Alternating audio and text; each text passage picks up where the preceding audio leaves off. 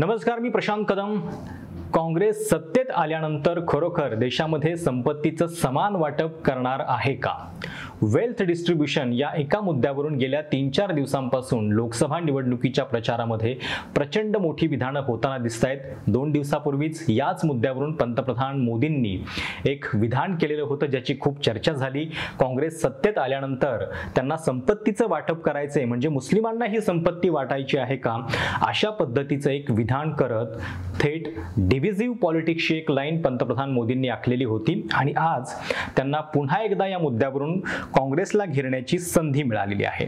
संधी मिळाली असं का म्हणतोय? कारण काँग्रेसचेच काही विद्वान नेते आहेत की जे या संपूर्ण प्रकरणामध्ये नको ती विधानं करतायत आणि त्यावरून भाजपला आयतं कोलीत मिळतंय। यावेळी हे वक्तव्य केलेलं आहे सॅम पित्रोदा। खरं तर सॅम पित्रोदा असतील किंवा मणिशंकर अय्यर असतील, जेव्हा एखादं विधान करतात तेव्हा भाजपच्याच गोटामध्ये एक आनंदाचं वातावरण सुरू होतं, कारण त्यांच्याच विधानाचा आधार घेत त्यांच्या विधानाची मोडतोड करत अनेकदा त्यावरून रान पेटवण्यामध्ये भाजप यशस्वी झालेला आहे आणि तेच पुन्हा एकदा होताना दिसलं। सॅम पित्रोदा यांनी ANI या वृत्तसंस्थेला एक मुलाखत दिली आणि काँग्रेसच्या या वेल्थ डिस्ट्रीब्युशनच्या मुद्द्यावरती त्यांनी अमेरिकेतलं उदाहरण दिलं। अमेरिकेमध्ये इनहेरिटन्स लॉ काही राज्यांमध्ये आहे आणि तशा पद्धतीचा कायदा आपल्या भारतामध्ये आणता येईल का, याचा विचार करणं म्हणजे काँग्रेसचं वेल्थ डिस्ट्रीब्युशन आहे हे सांगण्याचा त्यांनी प्रयत्न केला। आता पहिला मुद्दा म्हणजे सॅम पित्रोदांची भूमिका ही काही काँग्रेसची अधिकृत भूमिका नाहीये आणि याच्या आधी सुद्धा हे काँग्रेसनं वारंवार स्पष्ट केलेलं आहे। पण अर्थात ते नरेंद्र मोदी आहेत, उत्तम कम्युनिकेटर आहेत आणि त्यांनी सॅम पित्रोदाच्या या विधानावरून मिळालेला फुलटॉस जो आहे तो स्टेडियमच्या बाहेर मिरकावण्याची संधी काही सोडली नाही आणि अपेक्षेप्रमाणे पंतप्रधान नरेंद्र मोदींनी सॅम पित्रोदांच्याच या विधानाचा उल्लेख करत आज काँग्रेसवर पुन्हा टीका केली। LIC ची जी टॅगलाईन आहे, जिंदगी के साथ भी जिंदगी के बाद भी, त्याचा आधार घेत एक प्रकारे तुमच्याकडून टॅक्स वसुली काँग्रेसला जिंदगी के साथ आणि जिंदगी के बाद पण करायची आहे, असा टोला पंतप्रधान मोदींनी लगावला। काय नेमकं ते म्हणाले आपण ऐकूयात। अब ये लोग उससे भी एक कदम आगे चले गए हैं। अब कांग्रेस का कहना है कि वो इनहेरिटेंस टैक्स लगाएगी, माता पिता से मिलने वाली विरासत पर भी टैक्स लगाएगी। आप जो अपनी मेहनत से संपत्ति जुटाते हैं वो आपके बच्चों को नहीं मिलेगी, बल्कि कांग्रेस सरकार का पंजा उसे भी आपसे छीन लेगा। यानी कांग्रेस का मंत्र है कांग्रेस की लूट, कांग्रेस का मंत्र है कांग्रेस की लूट, जिंदगी के साथ भी और जिंदगी के बाद भी। जब तक आप जीवित रहेंगे कांग्रेस आपको ज्यादा टैक्स से मारेगी और जब आप जीवित नहीं रहेंगे तो आप पर इनहेरिटेंस टैक्स का बोझ लाद देगी। आता खरं तर संपत्तीच्या या मुद्द्यावरती काँग्रेस ऑलरेडी बॅकफुटवरती असताना किंवा जी विधानं काँग्रेसच्या जाहीरनाम्यामध्येच नाहीयेत त्याच्यावरून पंतप्रधान मोदी हल्लाबोल करत असताना काँग्रेसकडून हा सगळा विषय जो आहे तो नीट हाताळणं खूप आवश्यक होतं। म्हणजे काल प्रियंका गांधी ज्या काँग्रेसच्या महासचिव आहेत त्यांनी या संपूर्ण मुद्द्यावरती नरेंद्र मोदींवरती जो पलटवार केला तो बिनचूक होता आणि त्यांनी हे सांगितलेलं होतं की मंगळसूत्रावरून अशा पद्धतीची अनैतिक भाषा मोदींनी करू नये, माझ्या आईचं मंगळसूत्र या देशाला अर्पण केलेलं आहे। आणि आतापर्यंत म्हणजे अगदी मुघलांपासून ते ब्रिटिशांपर्यंत अनेक शासकांनी जे जुलमी शासक होते त्यांनी सुद्धा या देशावरती राज्य केलेलं आहे, पण अशा पद्धतीची ही कल्पना कुणी करू शकलेलं नव्हतं। ती तुम्ही का करताय, अशा पद्धतीचा एक सवाल जो आहे तो प्रियंका गांधींनी उपस्थित केलेला होता। प्रियंका गांधी नेमकं काय म्हणाल्या होत्या ते पण ऐका। कैसी कैसी बहकी बहकी बातें पिछले 2 दिनों में अब ये शुरू हुआ है कि कांग्रेस पार्टी चाहती है कि आपके मंगलसूत्र और आपका सोना आपसे छीन ले। 70 सालों से ये देश स्वतंत्र है, 55 सालों के लिए कांग्रेस की सरकार रही है। किसी ने आपसे सोना छीना, आपके मंगलसूत्र छीने। इंदिरा गांधी ने अपना सोना, जब जंग हुई थी, अपना सोना देश को दिया।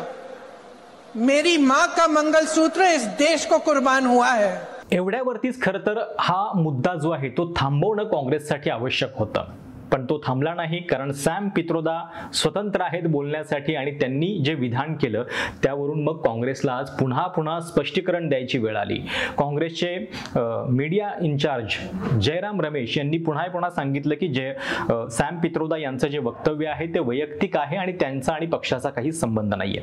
मुळामध्ये अमेरिकेमध्ये सुद्धा हा इनहेरिटन्स लॉ जो आहे तो पूर्णपणे केंद्रीय स्तरावरती लागू नाहीये। केवळ 6च राज्य आहेत, आयवा, त्याच्यानंतर मेरीलँड, त्याच्यानंतर न्यू जर्सी आणि पेनिसिल्व्हेनिया सारखी, की ज्या राज्यांमध्ये हा टॅक्स जो आहे तो लागू होतो आणि तो देखील किती, तर अगदी 1% काही ठिकाणी 5 ते 15% आसपास आहे। म्हणजे अमेरिकेमध्ये सुद्धा खूप मोठ्या प्रमाणामध्ये हा इनहेरिटन्स लॉ लागू होत नाही।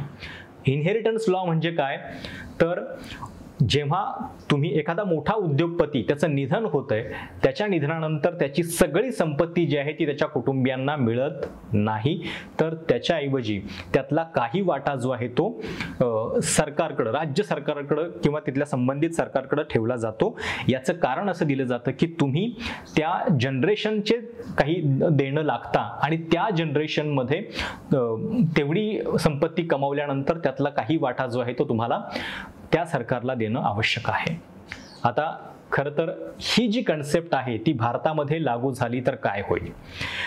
मुळामध्ये काँग्रेसच्या या जाहीरनाम्यामध्ये कुठेही वेल्थ डिस्ट्रीब्युशनचा हा जो मुद्दा आहे तो, म्हणजे की संपत्तीचं वाटप करू आम्ही श्रीमंतांच्याकडून गरीबाकडे, असं कुठेही म्हटलेलं नाहीये।